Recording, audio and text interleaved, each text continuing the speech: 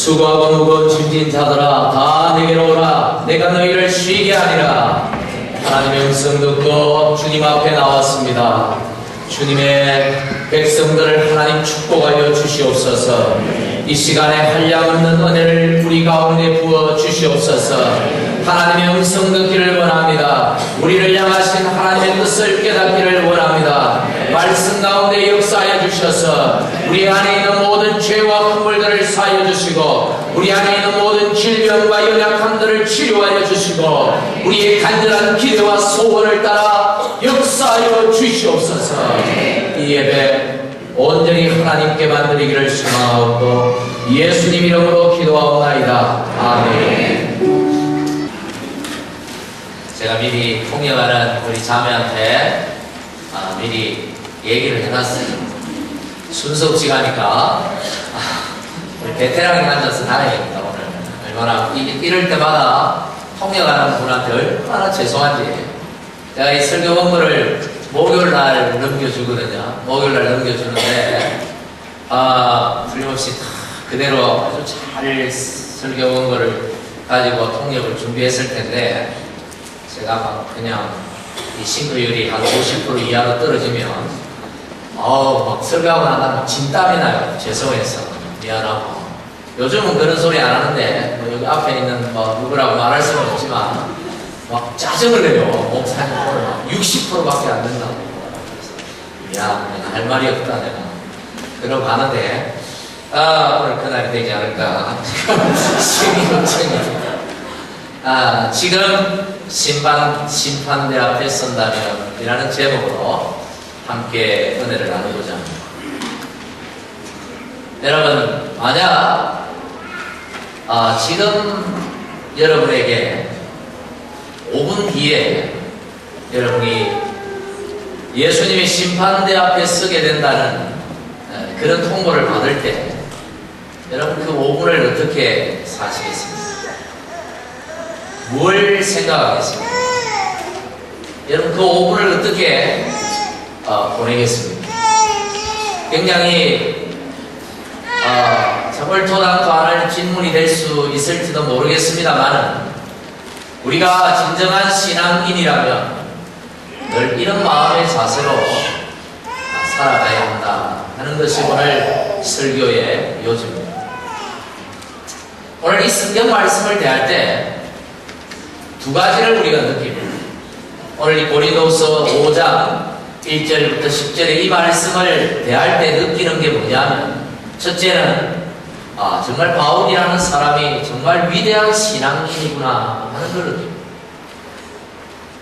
삶과 죽음을 초월해서 정말 이 땅에 살아가지만 하늘에 사는 사람처럼 그런 신앙을 가진 정말 위대한 신앙인이구나 하는 걸 느끼게 된다는 거예요.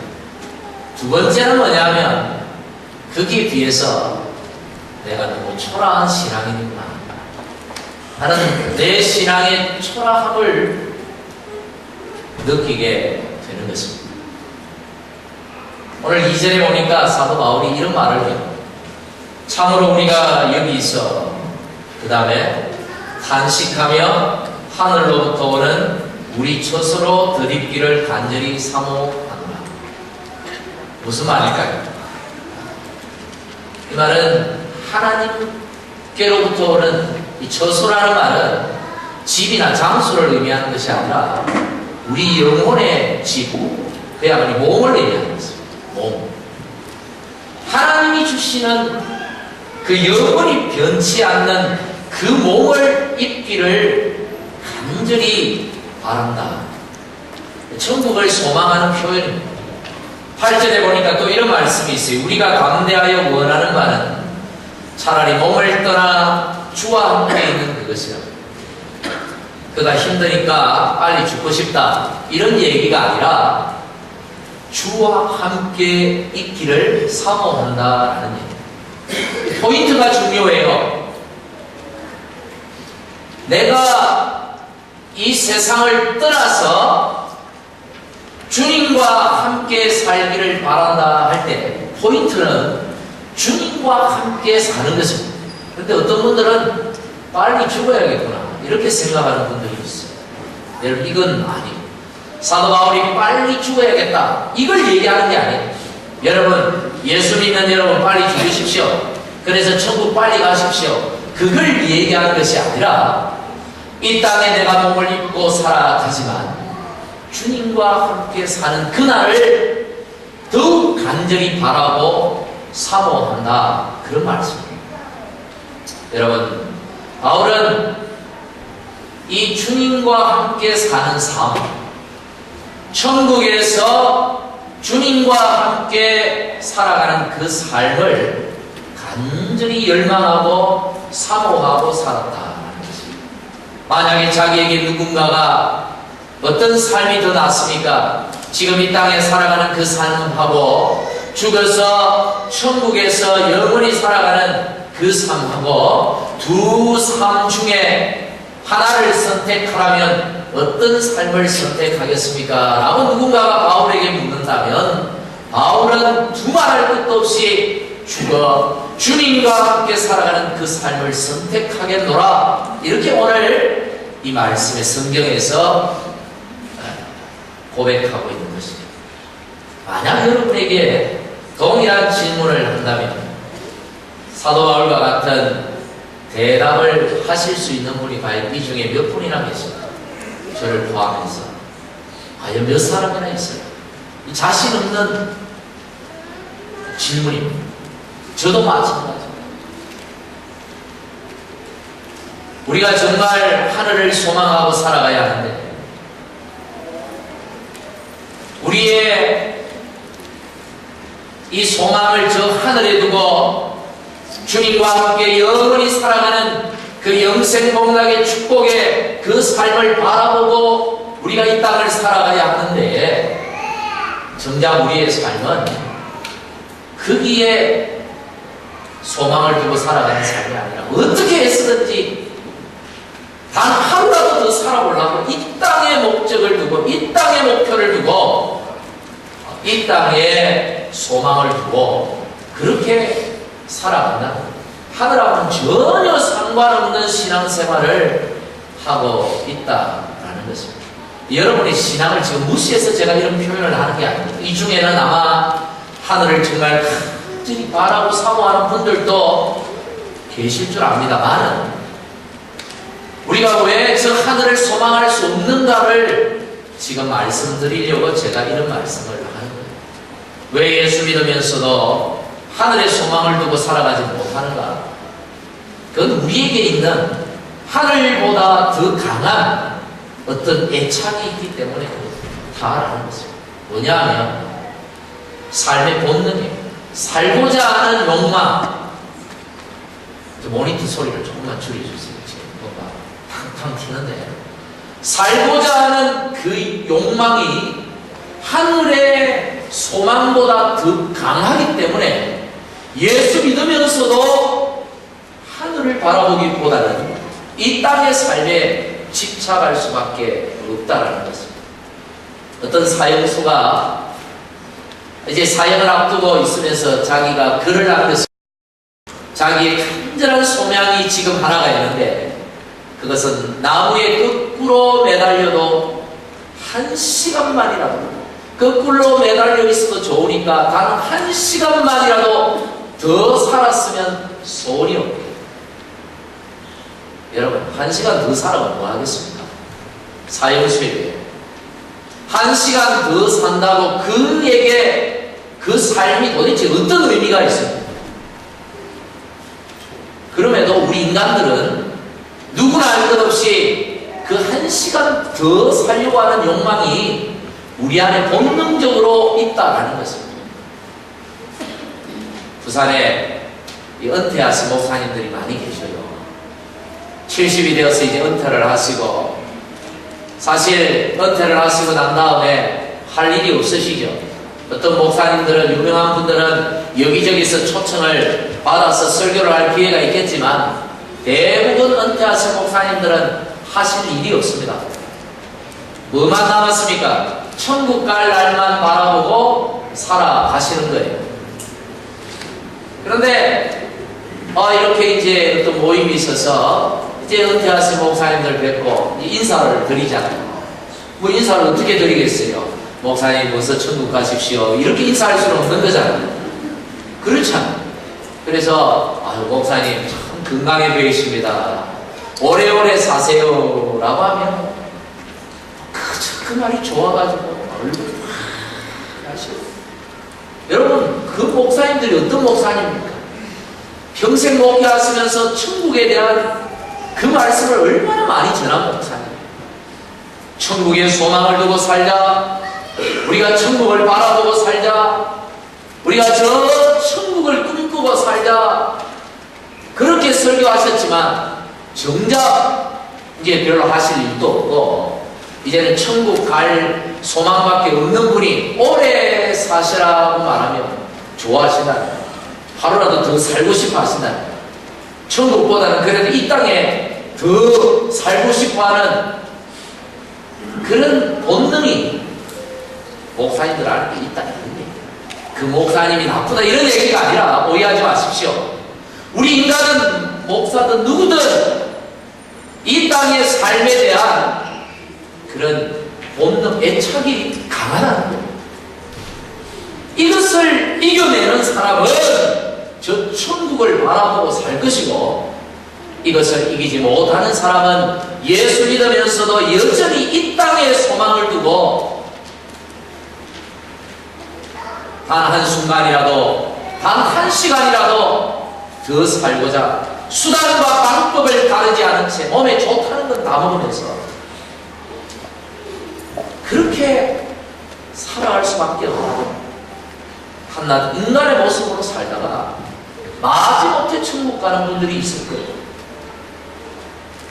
제가 오늘 여기에서 여러분에게 말씀드리고자 하는 것은 우리가 어떻게 하면 우리 안에 있는 이런 인간의 본능, 이 생에 대한, 이 땅의 삶에 대한 그런 강한 본능을 뛰어넘어서 우리가 비록 이 땅에 살아가지만 저 천국을 바라보면서 살 수 있을까? 저 천국의 소망을 두고 살아갈 수 있을까? 어떻게 하면 우리가 이 땅을 살지만 저 천국 백성답게 우리가 그렇게 살아갈 수 있을까를 오늘 여러분에게 말씀드리고자 오늘 이 말씀을 드리는 것입니다. 오늘 사도 바울이 그에 대한 하나의 해답을 우리에게 제시해주고 있어요. 그게 바로 10절 말씀입니다. 우리 10절 말씀을 다 같이 한번 읽어보겠습니다. 시작.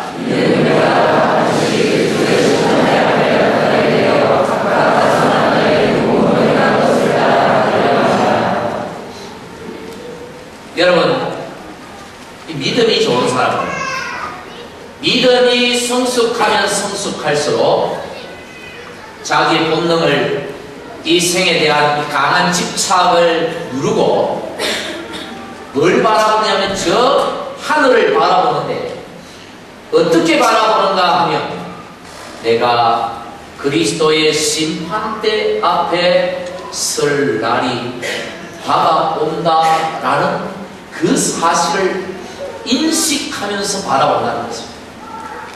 사도 바울도 저 하늘을 바라보고 살았지만 그의 머릿속에 떠나지 않는 한 가지 인식이 있었는데 그게 뭐냐면 바로 내가 그리스도의 심판대 앞에 설 것이다. 내가 그리스도의 심판대 앞에 반드시 설 것이다 하는 이 사실을 그는 항상 생각하면서 살아갔다 이런 얘기입니다. 여러분 오늘 10절에 보니까 이런 우리가 그랬어요. 여기서 우리는 누구를 말할까요? 예수 믿지 않는 사람들을 포함하는 말일까요? 아닙니다. 여기에서 우리는 철저히 예수 믿는 사람들을 의미하는 단어입니다. 예수 믿는 그리스도인들, 천국을 이미 보장받은 그 사람들, 이 그리스도인들에게 뭐가 있다? 뭐가 있다 그래요? 심판이 있다. 우리가 주님 앞에 서는 그 심판대 앞에 서는 문제가 우리 인생의 누구에게나 있는데 오늘 여기 성경은 얼마나 강조를 하냐면 3번을 강조해요. 이는 우리가 뭐요? 다 한 사람도 예외 없이 전부 다 심판대 앞에 설 것입니다. 그리고 설 수도 있다가 아니라 반드시 설 것이다. 그 누구도 예외 없이 반드시 그 심판대 앞에 설 것이다. 그리고 그 밑에 줄에 보면 한 사람 한 사람 각각 설 것이다. 한 가정씩 뭉텅거리가 한 교회씩 뭉텅거려서 쓰는 게 아니라 각각 모두가 다 그 심판대 앞에 서게 될 것이다 라고 오늘 성경은 말하고 있는 것입니다.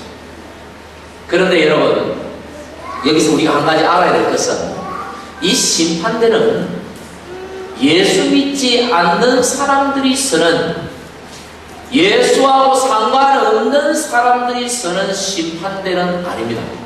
달라요. 차원이 다른 심판대입니다. 여러분, 우리가 예수 믿는 그 순간 우리는 세상 사람들이 받는 서는 그 심판대에는 절대로 서지 않습니다. 우리는 그 심판은 면제받았습니다. 요한복음 5장 24절에 예수께서 말씀하시기를 내가 진실로 너희에게 이루는 내 말을 듣고 나 보내신 이를 믿는 자는 뭘 얻었고? 영생을 얻었고 뭐에 이르지 아니하나니? 심판에 이르지 아니하나니. 어디에서? 사망에서 어디로? 생명으로 옮겼느니라. 할렐루야. 이미 옮겨졌다고 말하는 것입니다. 여러분이 예수를 믿는 그 순간 여러분은 더 이상 예수 믿지 않는 사람들이 받는 그 심판은 받지 않을 것이다. 할렐루야. 그렇게 약속했습니다. 그러니 이 심판대는 예수 믿지 않는 세상 사람들이 받는 그 심판대하고는 다르다는, 그게 뭐냐? 새로운 심판대입니다.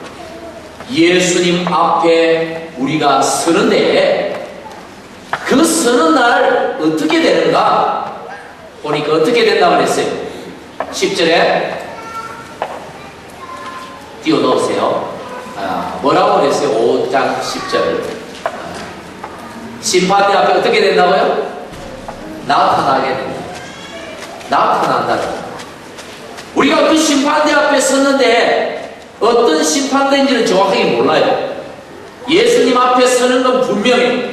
그런데 그 심판대 앞에 설 때에 우리가 나타난다고 해요. 뭐가 나타나느냐면 지금까지 우리가 예수 믿고 살았던 모든 삶이 예수님 앞에 숨김없이 나타나게 될 것이다. 여러분, 예수 믿기 전에 모든 삶은 나타나지 않습니다. 예수님은 그것을 뭐도 하지 않겠다고 그랬어요. 하나님은 기억도 하지 않겠다. 할렐루야. 예수 믿기 전에 여러분이 어떤 삶을 살았는가는 기억도 하지 않겠다. 그렇게 말씀하셨어요. 절대로 그건 나타나지 않아요. 예수 믿기 전에 이상하게 살았던, 형편없이 살았던 그 삶 묻지 않겠다 그랬어요. 그것은 내가 예수 믿는 그 순간 하나님이 다 잊어주시겠다 그랬어요. 그러나 이 심판대 앞에 나타나는 것은 뭐냐면 예수 믿고 난 다음, 여러분이 예수님을 만나고 난 다음, 여러분이 예수 믿고 그리스도인이 되고 난 다음부터 그리스도 앞에 서는 그 순간까지 여러분이 살았던 모든 삶이 하나도 숨김없이 예수 그리스도 앞에 다 나타나게 될 것이다. 근데 그 기준이 뭐냐? 어떻게 나타나느냐? 뭐? 선악 간에 그랬어요. 여기서 선이 뭐고 악이 뭘까 그러면? 여러분, 여기도 선과 악은 여러분 세상에서 말하는 그 선과 악을 말하는 것은 아닙니다. 하나님이 보실 때, 하나님이 세상을 보실 때 악하다 할 때는 윤리적인 의미를 넘어서는 거예요. 우리는 선악의 개념을 어떻게 봅니까? 윤리적으로 봐요. 그런 습관이 되어 있어요. 그래서 착한 사람은 선한 사람, 좀 나쁜 짓 하는 사람은 악한 사람, 이렇게 구분하는 습성이 우리에게 있어요. 하나님이 보시는 선과 악은 세상을 바라볼 때 하나님이 보시는 선과 악의 기준은 하나님을 인정하는가 그렇지 않는가. 하나님을 인정하지 않는 모든 것은 악한 것입니다. 창조주를, 자기 창조주를 인정하지 아니하는 것은 악한 것입니다. 하나님이 보실 때 만왕의 왕이시오 인생의 주가 되시는 우리 하나님을 인정하지 아니하고 그분의 주권을 인정하지 아니하는 그 모든 것, 그 어떤 것이라도 그것은 악한 것입니다. 그게 윤리적인 선함이 있다 할지라도 하나님을 알지 못하고 하나님을 인정하지 아니하고 하나님을 경배하지 않는 그 모든 것은 악이라고 규정하고 있습니다. 그러나 우리가 비록 세상에서 좀 잘못 살았어도 우리가 하나님을 알고 그 하나님을 아버지라 부르고 그 하나님을 의지하러 나온 자들은 뭐라고 부릅니까? 의라고 부르는 거예요. 여러분이 똑바로 살아서 의인이 된 줄 아십니까? 천만의 말씀. 여러분이 잘나서 의인이 되었다고 생각하지 마세요. 예수 그리스도로 말미암아 하나님을 아버지라 부르기 때문에 여러분이 의인이 된 줄 여러분 믿으시기를 바랍니다. 하나님이 보실 때 선악의 기준은 하나님을 인정할 줄 아느냐 그렇지 않느냐는 거예요. 그런데 여기서 말하는 선악은 그리스도인 안에서 선과 악이기 때문에 그것과는 다른 거예요. 세상을 바라볼 때 하나님께서 선악을 구분하는 그 개념과 다른 개념의 선과 악입니다. 여기서 말하는 선악은 뭐냐? 그 기준을 9절은 이렇게 말합니다. 9절 말씀 우리 같이 한번 읽어보겠습니다. 시작. 그런즉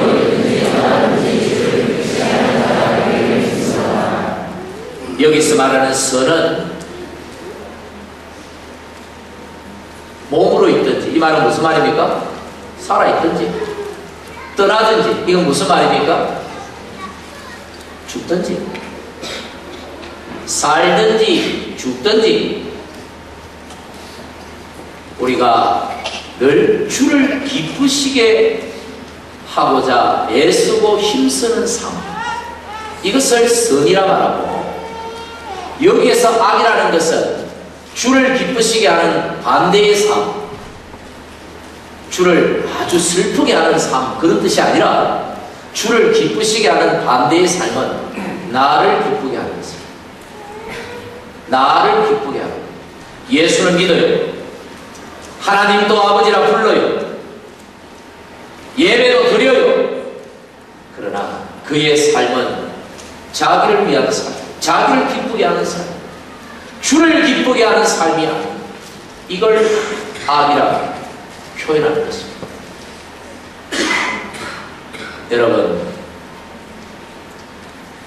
우리는 세상 사람들이 받는 심판은 면제받았습니다만 그리스도인으로서 마지막 날 예수 그리스도와의 심판대 앞에 설 자라는 사실을 여러분 인식해야, 알아야, 깨달아야.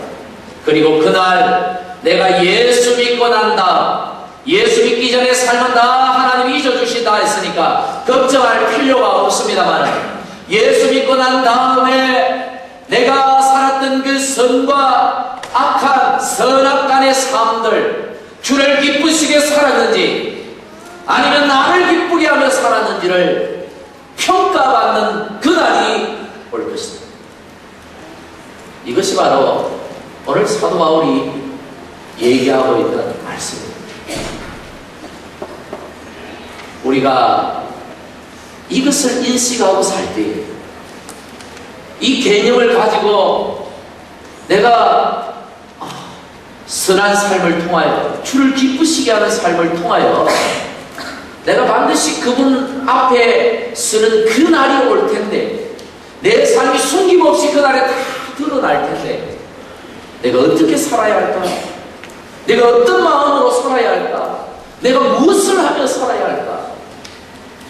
여러분, 여기서 힘쓴다는 말은요, 그냥 단순히 힘쓴다는 의미가 아니에요. 이건 야망이라는 뜻입니다. 목적을 준다는 뜻이에요. 내가 그것을 야망으로 가진다. 야망이라는 단어가 굉장히 좀 기독교하고는 어울리지 않는 단어임에도 불구하고 사용하는 의미는 여러분들이 의미를 잘 알기 때문에, 여러분들이 그 의미를 잘 이해하기 때문에 제가 그 단어를 써요. 야심. 내가 사나 죽으나 내가 주를 위해 삽니다. 내가 살아가는 모든 삶, 목사가 되라는 소리 아니에요. 선교사 되라는 소리 아니에요. 여러분에게 주어진 삶을 통하여 내가 어떻게 하면 주를 기쁘시게 하며 살아갈 수 있을까를 정말 자기의 삶의 목적으로 두고 자기 야망으로 삼고 그렇게 살아가야 한다. 그렇게 될 때에 우리가 심판대 앞에 설 때에 우리가 부끄럽지 아니하는 착하고 충성된 종이라 칭찬받는 그런 자리가 될 것이다. 이런 인식을 가지고 우리가 살아갈 때 비로소 우리는 뭘 누르고 우리 인생의 그런 욕망들, 욕구들, 본능들을 누르고 이 땅에 살면서 사도 바울같이 저 천국을 바라보고 저 천국의 소망을 두고 살아가는 그리스도인이 될 것이다 하는 것입니다. 할렐루야. 말씀을 맺습니다. 오늘 조금 어려운 말씀일 수도 있습니다만 사실 어려울 게 하나도 없어요. 딱 하나만 기억하면 됩니다. 뭘요? 천국을 바라보고 살자. 내가 지금 주님의 심판대 앞에 선다면 과연 나는 어떤 모습으로 드러날까?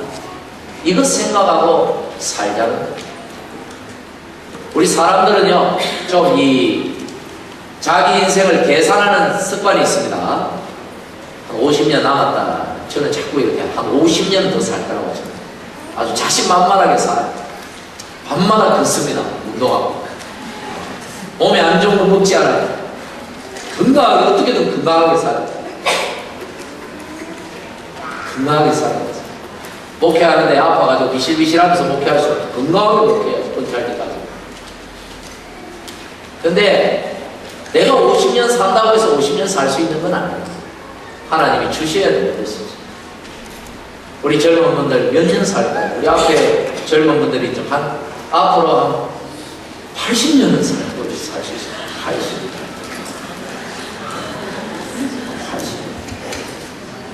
기술이 발달하고 시대가 오래오래 사는데 연령이 자꾸 늘어나니까 제 시대에 만약에 100살을 산다면 여기 110살, 120살. 여러분, 이 계산은요, 내 계산이지 하나님의 계산은 아니에요. 우리가 몇 년 산다 장담할 수 있는 사람이 이 자리에 누가 있겠습니까? 오늘 이 밤에라도 주께서 부르시면 가야 하는 게 우리 인생입니다.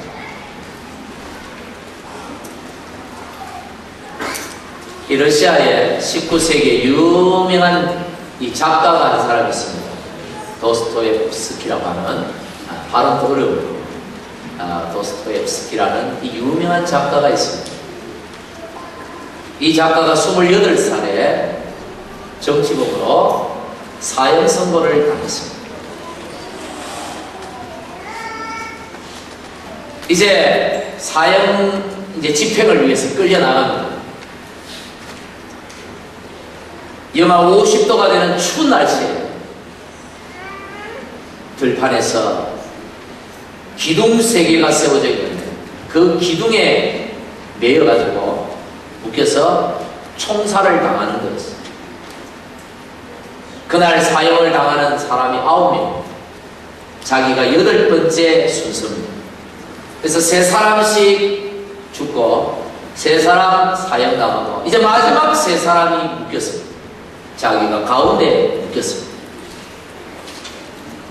이제는 꼼짝없이 죽게 되었어요. 그때 그가 생각을 했대요.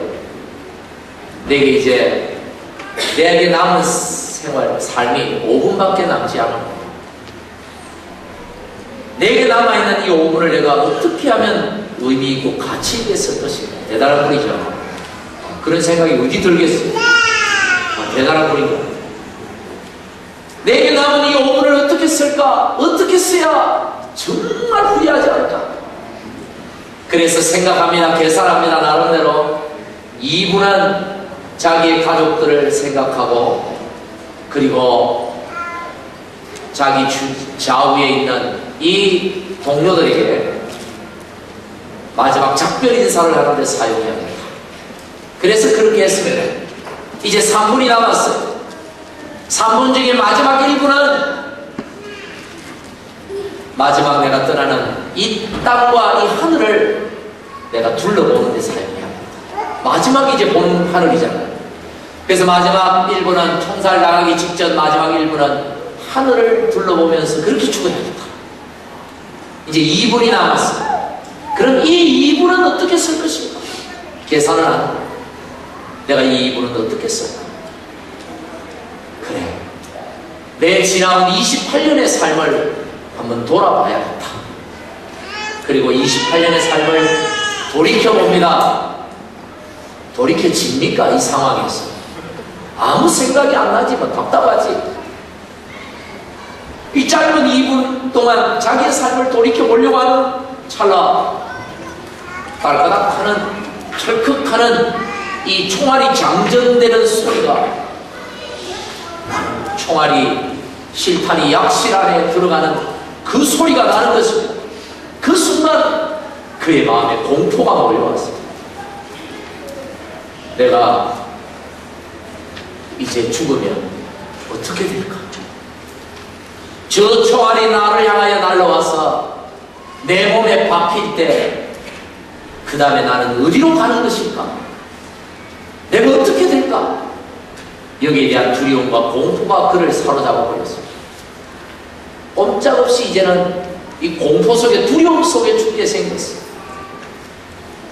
그때 갑자기 말을 타고 달려 들어오는 황제의 특사가 이 사형을 중지시키라는 이 황제의 특명을 받고 달려옵니다.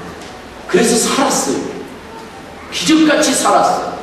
그리고 시베리아 벌판으로 망도둑 현장으로 이 수용소로 끌려가가지고 4년 동안 그런 험한 수용소 생활을 하게 됩니다. 근데 그래 보면 이 순간, 이 그의 총 인생 중에 그 뒤에 계속 살았죠.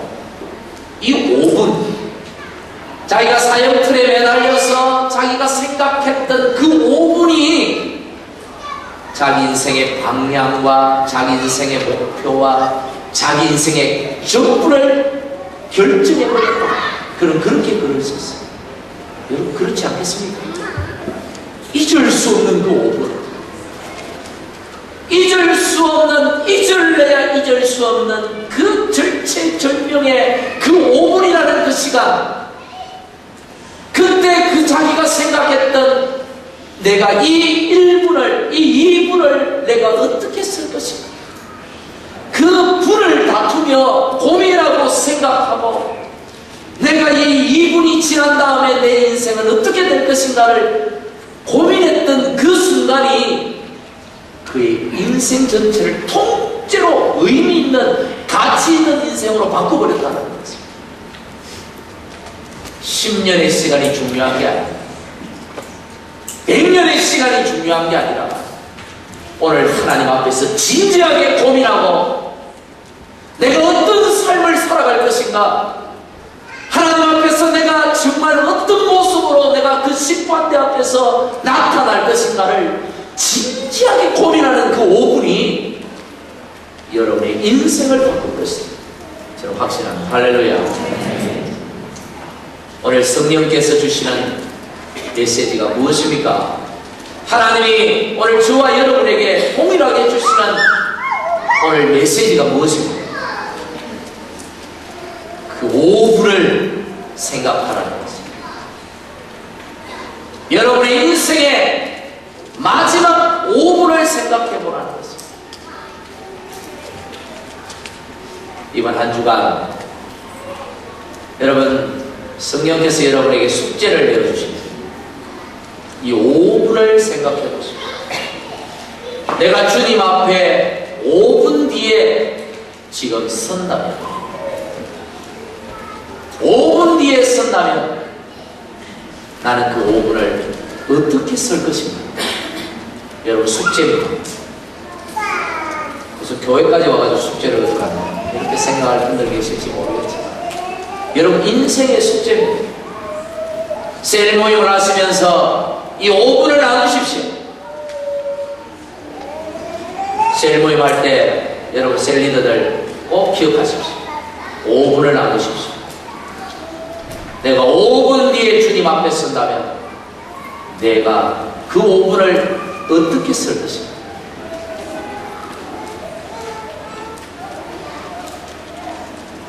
기도하겠습니다. 하나님 감사합니다.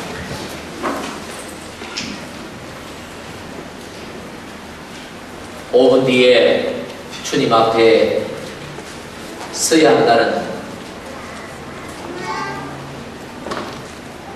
그런 인식을 가지고 우리 평생을 순간순간 의미 있고 가치를 만들고 정말 주님을 기쁘시게 하는 삶을 살아갈 수 있도록 하나님 우리를 축복하여 주시옵소서. 우리에게 믿음 더하여 주시옵소서. 은혜 베풀어 주시옵소서. 저 천국을 소망하며 살게 해 주시옵소서. 주님 앞에 서는 그날 결코 부끄럽지 않는 인생이 되도록 저희를 축복하여 주시옵소서. 예수님 이름으로 기도하옵나이다. 아멘.